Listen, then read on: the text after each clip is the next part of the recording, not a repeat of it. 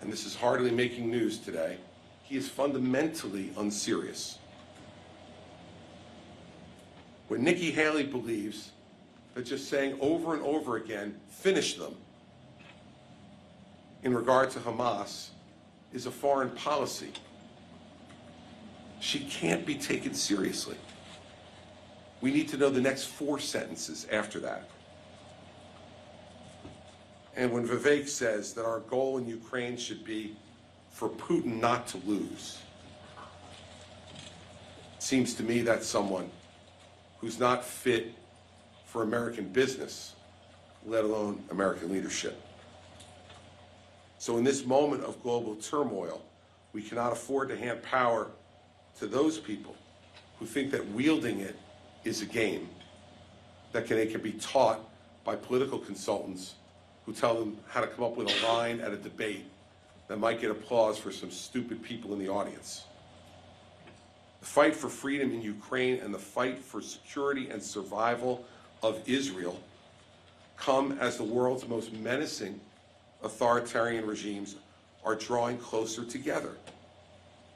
We know that Iran is the global banker of terrorism and that their goal is nothing short of the eradication of the state of Israel and the extermination of the Jewish people, not just in the Middle East, but around the entire world.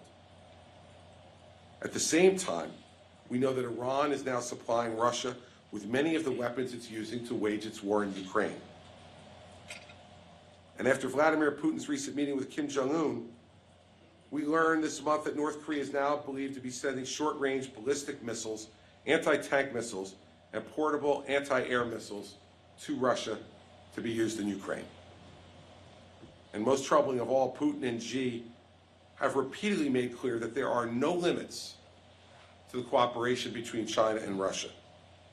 So today, as President Biden is meeting with President Xi in San Francisco, it's important that America put Communist China on notice. There was a time when we welcomed China's economic rise as the policy of reform and opening up held the potential to lift 1 billion people out of poverty. And we had hoped that this greater economic dynamism and connectivity with the free world would ultimately translate to political reform. Those policies were well-intentioned, but they were wrong. It isn't what it's led to.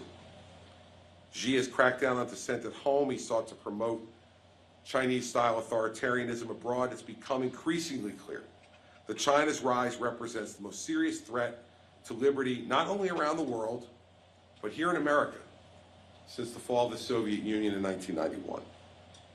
And like all dictators throughout history, Xi is not content to dominate just his own people.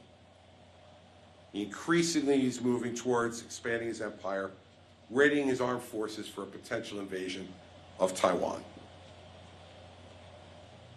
So that's why American resoluteness in all this is incredibly important when it involves Russian aggression against Ukraine.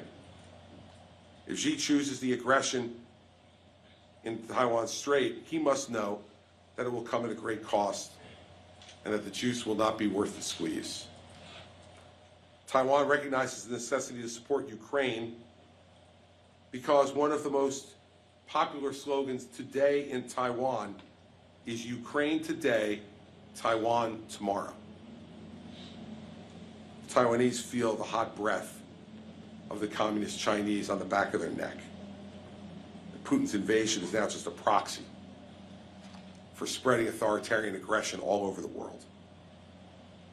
Now, let me just stop for a second here and tell you what I saw in Israel about this unification. I went to a military installation where there was a cache of seized weapons from the Hamas terrorists who had been killed. It'll be no surprise that there were dozens of Russian AK-47s. But also, there were anti-tank missiles with the markings of the government of Iran, and there were RPGs, rocket-propelled grenades with the markings of the government of North Korea. If you do not believe, after all of this, that China, Russia, Iran, and North Korea are not only working the Ukraine war, but the Hamas war against Israel, you're painfully and hopelessly naive.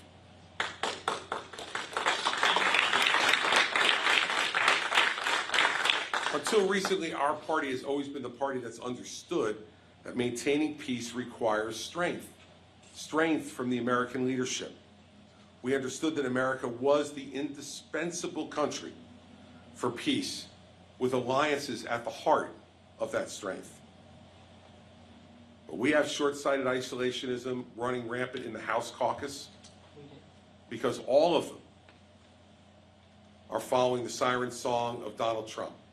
They can't run fast enough to kiss his rear end. It's absolutely the truth. Ron DeSantis also wants to ignore Putin's aggression, and he says that what's going on in Ukraine is nothing more than a territorial dispute, and that the solution to it is for Europe to do more, even though, as a percentage of GDP, Europe is already supporting the Ukrainians at a much greater rate than the United States. But I guess that briefing didn't get as far south as Tallahassee. Vivek delivers these canned one-liners about the war in Ukraine and has laid out his plan for solving it. Give the Russians all the land they've already seized. Give them an assurance that Ukraine will never be in NATO. In return, Putin will no longer deal with President Xi. That certainly had to have come from his education at Harvard.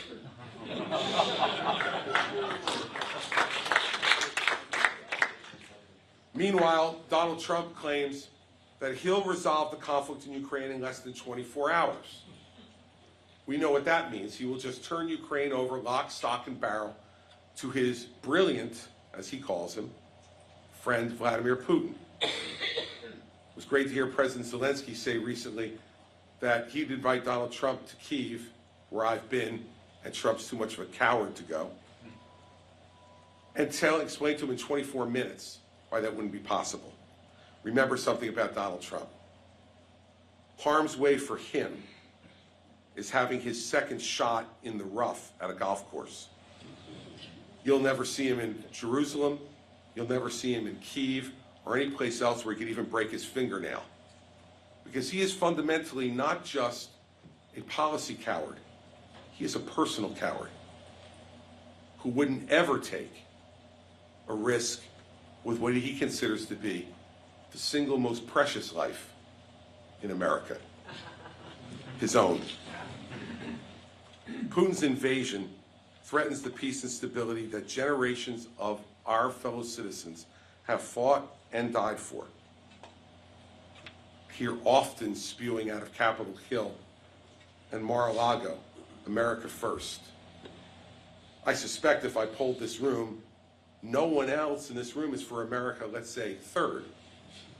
You know, maybe Belgium first, Luxembourg second, and let's get in a nice bronze medal for the United States.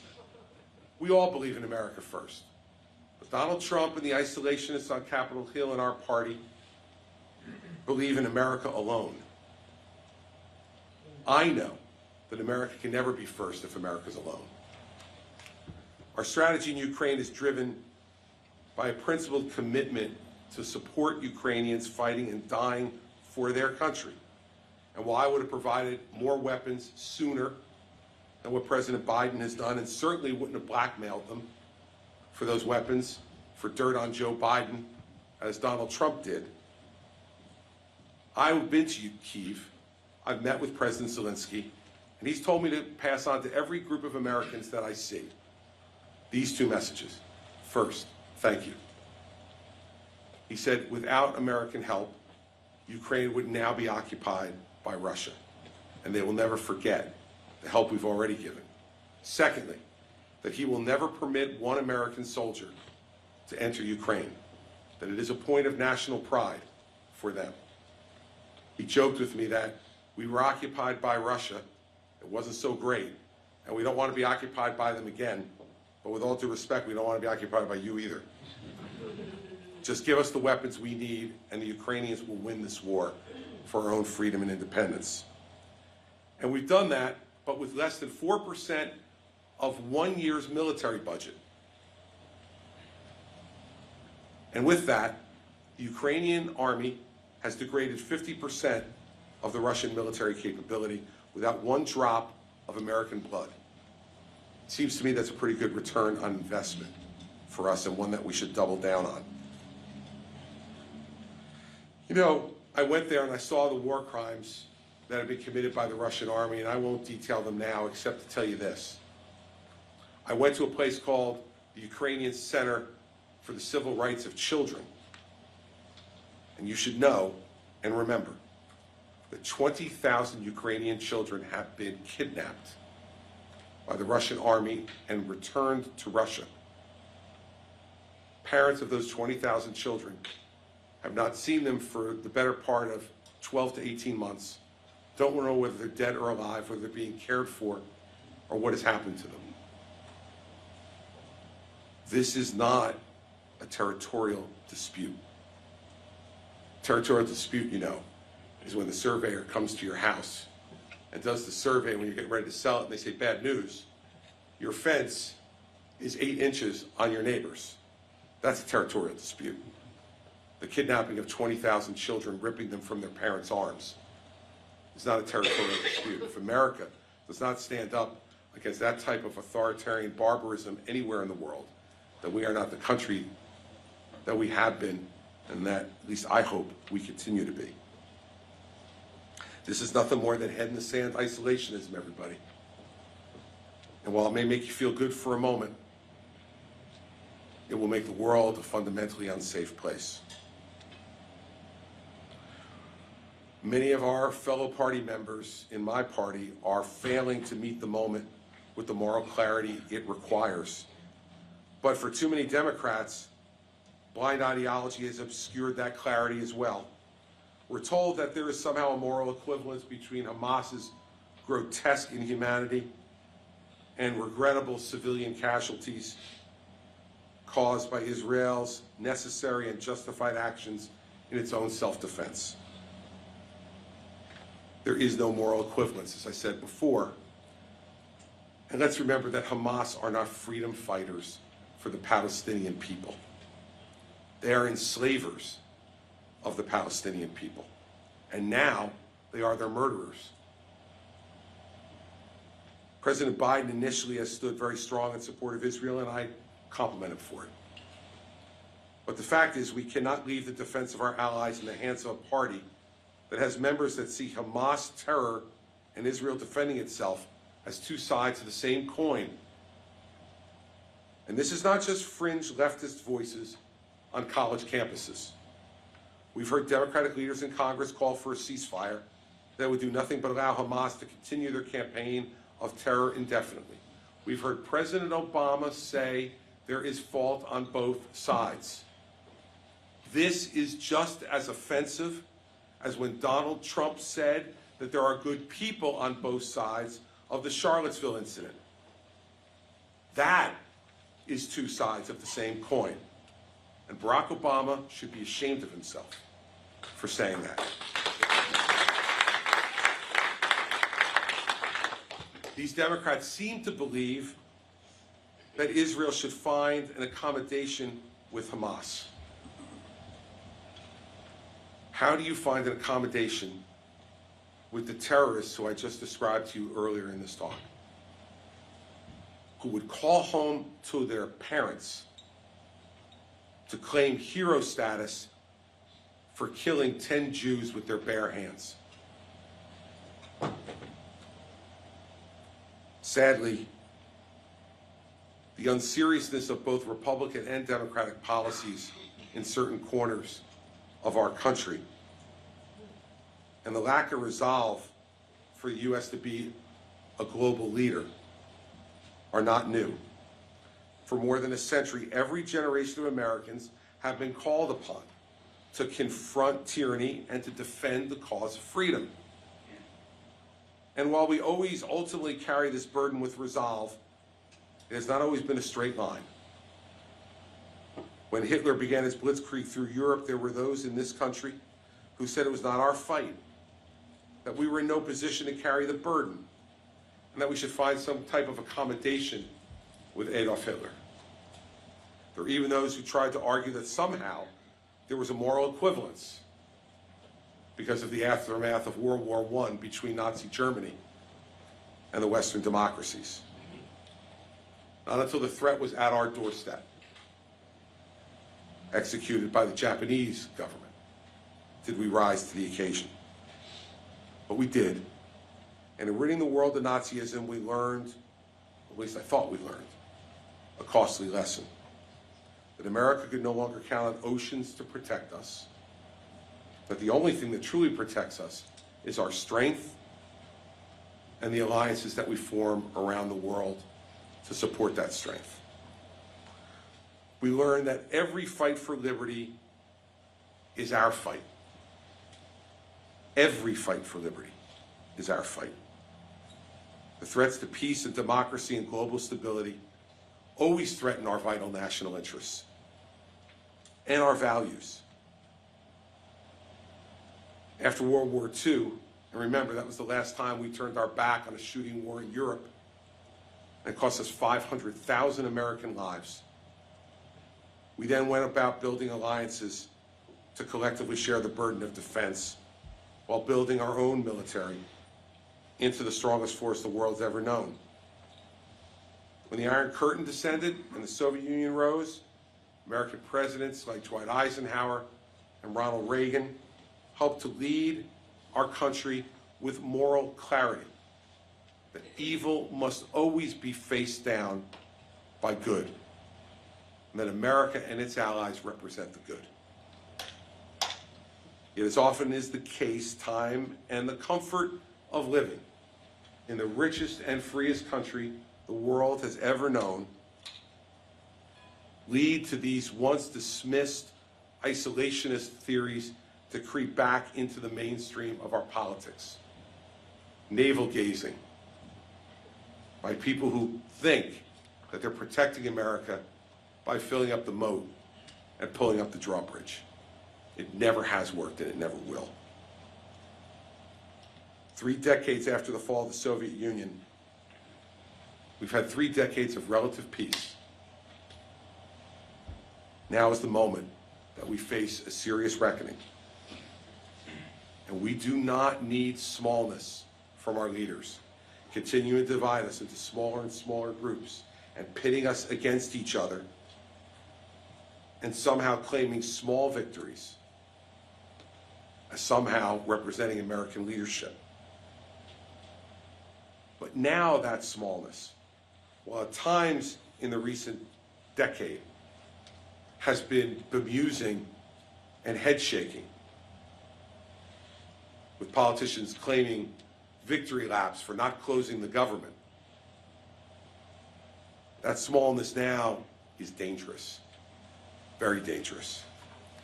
The peace and stability that has been provided over these decades by America's strength has also been provided by America's moral clarity. We now have complacency about that. And that's threatening to undermine everything we've done before. So let me be clear. As president, I will lead with purpose and strength and continue to tell the truth. You see, if you lie about what's going on inside the country, you have no credibility when you try to communicate what's going on around the world and why that calls us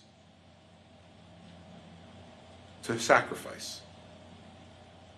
If you lie fundamentally about the menace that Donald Trump is, then you have no credibility in describing the menace that Vladimir Putin or Xi Jinping or Kim Jong-un or the mullahs in Iran are.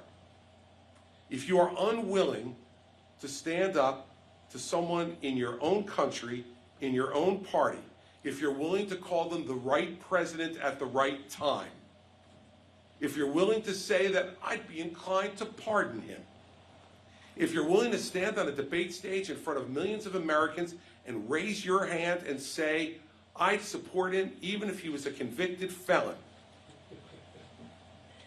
what credibility do you have to talk to the rest of the world about moral clarity? It's the 4th quarter of this game now, everybody. And that is the time for unserious people to get the hell off the stage. It is now the time for us to decide whether America is going to continue down an isolationist, self-absorbed, narcissistic, compromising path, or whether we're going to stand up and show the steadfast resolve that this country has always stood for. That's why I'm in this race. Believe me, it's not fun. But what it is brutally important.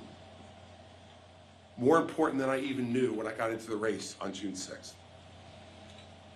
And so it's time to stop now worrying about who the soup of the day is. It's time to stop worrying about having titans of Wall Street tell all of us that they figured out who the next nominee or the next president's going to be. I would suggest to you, if you look at their track record, it stinks. They've never been able to predict it. I'm still waiting for President Fred Thompson. I'm still waiting for President Rick Perry. I'm still waiting for President Rudy Giuliani. I'm still waiting for President Jeb Bush. It's time for us to look at the seriousness of the problems we face around the world and decide that we want someone experienced and tough and serious enough to confront those problems in a way that history will judge, led America to a next generation of greatness and security and stability, not only for ourselves, but for the rest of the world. As we get ready to end this year and turn into the election year, those are the stakes. Time for fun and games, TV tough guys, and entertainers on the stage is over. And the time for the serious men and women of this country to stop worrying and whispering and start to stand up has come. That's why I'm here. That's why I'm running. And when I'm elected president, that's exactly what I'll do. Thank you all very much.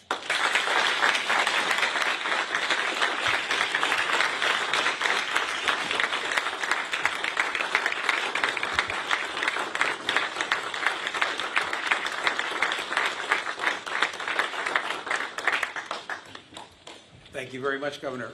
The governor has agreed to have a brief conversation with Senior Fellow Mike Duran, who's also the head of our Middle East Center, and then take some questions from the audience. So I'm going to turn it over to Mike. Thanks, John. Thank you, Governor. Thank you. If you don't mind, there's so much that I agree with you about. I thought maybe it would start with uncomfortable disagreement. Sure. I wonder if I could get you to renounce a past position. Probably. Don't you? That's good. Don't you think it's time to distance yourself from Bruce Springsteen? Now it's time to leave now. No, I'm not. I won't distance myself from Bruce. A Jersey guy can't possibly do that. He's not really a Jersey guy. He's a California guy. No, he's not a California guy. You're wrong about that. Yeah, we were going to argue about Springsteen, but why not? No, a guy who's born in Freehold, New Jersey. I'm trying to help you with the Trump base. That's and you know what? I don't look. This is a fallacy of the campaign. I have people ask me all the time, how are you going to get votes from the Trump base? I'm not. I'm not trying to. His base is about 25% of our party. You want me to go fish in the 25% pond? I'd rather fish in the 75% pond. If Joe Biden right now were at 40% in any state in this country in the Democratic primary, the media in this country would be saying he's dead, it's over. Donald Trump is at 40% in Iowa, 40% in New Hampshire, 40% in South Carolina, and somehow he's a runaway victor. Give me a break. I'm not fishing in that pond, because you know what? At the end of the day, this is about winning. And the way to win is to go right through him, not to go and sidle up next to him and promise him pardons, ask for people to give him a break after January 6th, and, you know, raise your hand and say you'll support him even if he's a convicted felon. It seems to me that Washington and Jefferson and Franklin and Hamilton are rolling over in their graves. And Adams is up there telling him, I told you we should have put the thing in there about convicted criminals not being able to be president. You guys didn't listen to me. So, you know, it is fundamentally, I'm not looking for help there. I'm looking to help them. Okay, let's move on to the substance of your speech, and let's talk a little bit about Israel. Why do you think you were the first candidate to go over to Israel? Yeah, I can't really speak for anybody else, but I would just say that I think on this stage right now, there's a fundamental lack of intellectual curiosity. Not this stage. Not this stage. You know which stage I'm talking about. On the stage of the Republican Party's presidential leaders, there's a fundamental lack of intellectual curiosity. Was it dangerous? Yes, to some extent, but we were well guarded, and we were kept in armored vehicles the entire time. And you know, while my wife wasn't necessarily thrilled about the idea, I would say my youngest son came to me when I was packing to go on Friday, and he's the quietest of our 4 children and doesn't often express himself in very bold ways compared to his 3 siblings. But Patrick came to me and said, "Can I tell you something?" And I said, "Sure." And he said, "I don't think this is a very good idea." And I said, "So don't worry, I'll be back and I'll be fine." But I think at core, it's about intellectual curiosity. Like, I had instincts about what I thought about this situation, but I don't think you could possibly really know until you see it. And the things I saw will affect me for the rest of my life. And when I'm president, it will inform the way I look at these problems. And so I don't know why the rest of them haven't gone. I'm sure they've been invited. I'm sure I wasn't the only one that was invited. I'm sure they've all been invited. But I went because I think it's an urgent problem. And I also think that if you want to be president of the United States, you have to show that moral clarity to the rest of the world. And I don't think there's anybody now who doubts whether I stand with Israel, or whether as president I would stand with Israel, because I already have. And now you don't have to prove it, you've done it. Why do you mentioned in passing the problem on our university campuses. I don't remember a time when there was so much hostility to Israel. And it came immediately after the atrocities by Hamas. What do you think is going on? Tell us about the young people. What's Look, I think it's this is an area of disagreement for us. I think it's fundamentally incorrect to say that there hasn't been. I just think it's been on the down low. I think that we've had, and these boards of trustees and these presidents of especially our most elite universities have been hiring faculty members for decades that are anti-Semitic. And they've granted them tenure. And under the license of academic freedom, they permitted them to teach our children things that are fundamentally incorrect and morally infirmed. And it's not just now. Look, I read a story recently when I was doing research on this from, I think it was the Washington Post in 1940, reporting that the Georgetown University students voted Hitler one of the 5 great leaders of the world. In 1940. It wasn't like he hadn't shown his cards already. I mean, we've had this problem on university campuses for a long time. And the fault for this is at the feet not only of the university presidents, but their trustees, who go there and think that somehow being a trustee is like a prize for the largest donation, which it typically is. But they have a greater responsibility. And they have the responsibility of hiring faculty, approving that faculty, and giving tenure to that faculty. And you see the things that are going on at college campuses in this country. And look, I had a son, our oldest son went to Princeton. And I was appalled at the time at some of the things that he was being taught. I used to teach there. I was appalled too. Right. I mean, it's really fundamentally a problem that needs to be dealt with. In my view, the president of Harvard should be fired today. The president of Penn should be fired today, without hesitation. The president of Cornell should be fired today. That's it. I mean, this is not about freedom of speech. This is about rank and competence. When you have students, Jewish students at Cornell, who are afraid to go to the dining hall, and you somehow cloak that in free speech, it's outrageous. And so, you know, I think that an American president has to speak out against that. Now, you know, I have some of my opponents talking about how they want to pull funding from this and pull funding from that. Look, I'm fine to consider all that, but they're missing the point. We have not had a president in my lifetime who has spoken out against this. Other than using the bully pulpit of the presidency, what practically could the president do to fight anti-Semitism and to reform our universities? Well, look, like I said, I'd be willing to consider different funding stoppages, because quite frankly, the universities you just spoke about, and others, whether you're talking about the Ivy League schools, Georgetown here in town, Stanford, you know, they have more money than they know what to do with. These endowments are obscene, and yet they continue to feed like pigs at the federal trough for more and more money, put our students in greater and greater debt. And, you know, our youngest daughter goes to the University of Notre Dame. This year, the cost for her to go to that place is $80,400. Now, in the abstract, you might say, all right, well, that's a lot of money, but our older daughter graduated from there not even 5 years ago. And her cost then was $62,000. Now from $62,000 to $80,000 in less than 5 years. So I think funding could be something you could deal with too, but I wouldn't minimize the bully pulpit. I think a president of the United States who comes out and calls these universities to task for what they're not doing will have an enormous impact on what happens. And I'm glad to see that some of the donors are now taking a stand and saying that unless you change your policies, we're not giving you any more money. But guess what? They've got tens of billions already.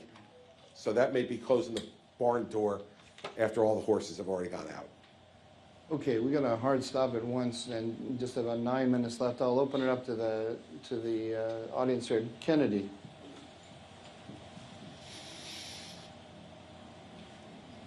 Thank you, Governor Christie, for joining us here at Hudson Institute today. So given the meeting that's taking place in San Francisco today, what would a President Christie say to Chairman Xi about TikTok? See you later. I mean, I wouldn't even talk to him about it, quite frankly. I'd just ban it. That'd be it. And I've been saying this for years. It makes me incredibly unpopular with my younger children, who now probably wouldn't vote for me just on that basis. But if you look at what's happened in the aftermath of October 7th, TikTok has changed its algorithms to geometrically increase the number of pro-Hamas postings that are happening on the site, and leaves the misimpression to the people who participate in that site that the world overwhelmingly is pro-Hamas and anti-Israel. And this is just one small example, an acute one, but one small example of what they do every day. And if you want to know why it's such a bad idea to let TikTok in this country, look at them. Facebook's not there. Twitter's not there, or X. Instagram's not there. They don't let it in. Now, I'm not saying we should emulate their anti-information policy, but what we should do is not allow a Communist Party-sponsored website to come into our country and indoctrinate our citizens. I would ban it. Sir. Good afternoon. You got a microphone there? Good afternoon, Governor. As a fellow New Jerseyan, thank you for standing up for Bruce. Secondly, we were almost neighbors. I used to live in lovely Sussex County, New Jersey. Thirdly, having lived in Hudson County, New Jersey at one point, I thought you were the best thing since sliced bread when you cleaned up that place. Only $50. This is really good. We got a short time. So Sure, let me get to the point. So I have worked in the federal government for nearly 25 years. I worked for Homeland Security. I took a stand when President Trump was elected. I didn't like what was going on within that department. I did what I was asked to do as a federal employee, speak truth to power. Governor, I was fired for blowing the whistle on national security issues. I lost my family, okay? But I didn't lose my dignity. Sir, you were part of that administration. As much as I want to be there for you now, how can I be here? How can I cast a ballot for you when you were an enabler? I'm sorry, but that's, Okay, that's I the think you word. got the question. I think now? I get the gist. Look, elections are choices. And I made a choice in 2016 that I didn't want Hillary Clinton to be president of the United States. And I tried to beat Donald Trump in the primary. I want you to remember, he was not my first choice to be president. I was my first choice. That didn't work out. But it was a mistake. I don't know how old you are. You look about my age. I don't know if you've never made any mistakes in your life. I suspect you probably have. I think the difference is, do you admit your mistakes? And you know, anybody else who claims a purity test on any issue politically in our country, be happy to have the conversation with you and see if you pass it. But I think what matters more is once you realize you've made a mistake, what do you do about it? And I'm not standing up there trying to cozy up to him. I'm not standing there trying to rationalize his conduct. I'm not standing there saying I'm going to pardon him or I'd support him if he were a convicted felon. So yeah, if it's a purity test, I think that the majority, the overwhelming majority of our party will fail it. But No, you cannot. No, you cannot. I can't get in a debate today, but if you qualify, get 80,000 donors, I'll get you on the stage and I'll debate you then. This gentleman here.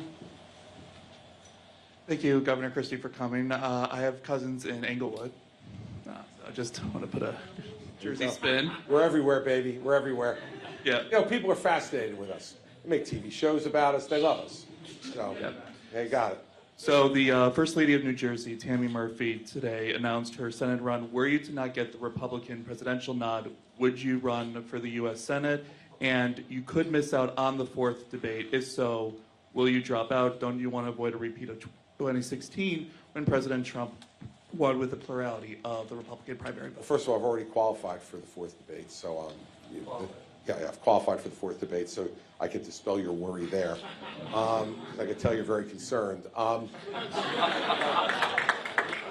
And I've answered this question in the United States Senate a number of times during my career. Going all the way back when I was U.S. Attorney, and people were urging me to leave the U.S. Attorney's position to run against Senator Frank Lautenberg, the late Frank Lautenberg. And then when I was governor, I had the opportunity to appoint myself, which is the easiest way to win, to the United States Senate when Senator Lautenberg passed away. And I kept getting asked the question, and there's a number of the folks of my staff, governor, who are here today, and I kept answering the question no, and the press kept asking it 7 or 8 different ways. And then finally, I said, I would rather commit suicide than be in the United States Senate. That is still true today, maybe even truer today, given what's going on over there. But in the end, you have to know what you're good at. I would not be good as a United States Senator, and nor do I have any interest in being a United States Senator. I couldn't celebrate because my bill got marked up in the subcommittee. That's not the way I'm built. And so, you know, for me, I just have no interest in it. And I'm not saying it's not an important and valid position. And there are lots of very good men and women who serve in those jobs today. And a lot of, I hope, good men and women who will serve it in the future. I'm just not one of them who'd be good at it. And so, you know, do I see it as a political opportunity, potentially to run against Tammy Murphy in New Jersey? It'd be a very interesting race. But I would tell you that the worst day of that campaign would be the day after Election Day if I won, and I realized I had to actually go for 6 years to the U.S. Senate. I have no interest. I either want to be President of the United States or nothing. What are your strong suits or the things that drive you the most? I like to make decisions. I like to get things done. I like to go to bed at night knowing that tomorrow I have something of enormous significance that I can accomplish if I'm good at it and I surround myself with good people. I like to make a difference in people's lives that I'll probably never meet and certainly will never know. I mean, those are the things that get me out of bed in the morning. It's constantly my poor wife, we've been married for 37 years. She's constantly tortured by the fact that I'm not motivated by money. Thank God she is. I've been able to live a pretty good life as a result. But you know, the fact is that what motivates me is the decision-making process, being able to implement those decisions, and then watch the results of those decisions. And unfortunately, in the United States Senate, those are rare moments. They don't never happen, but they rarely happen. The action is in the executive for someone like me. All right, I'm going to take the privilege of the last question, and just tell us what was the single biggest thing you took away from your trip to Israel? I think it's what I said in the speech, that it's not Second biggest thing, other than what you said in the speech. well, just, I mean, no, I think it's so clearly the most important thing, that it's the joy that Hamas takes in visiting inhumanity on others. People can rationalize certain acts of inhumanity at times because they feel justified. It's the joy that they took. I mean, I didn't talk about other parts of it. You're in trouble, by the way, for that. I know you. You got to turn that cell phone off. But She said very nice things about you. well, I love her. She's great. But you know, like I love Bobby Kilburn. But come on now, come on, silence the cell phone. So, and by the way, if she were up here and I were down there, she would say the same thing to me. You have. The fact is that the joy they show. I didn't talk about one part of the video where they actually were dancing around bodies that they just murdered. Dancing around them. I mean, that's why this idea that somehow It's a death cult. yes, you can negotiate with people like that. You can't.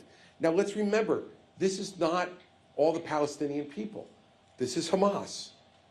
And I believe there are lots of peace-loving Palestinians who are revolted by this, but they are enslaved by Hamas.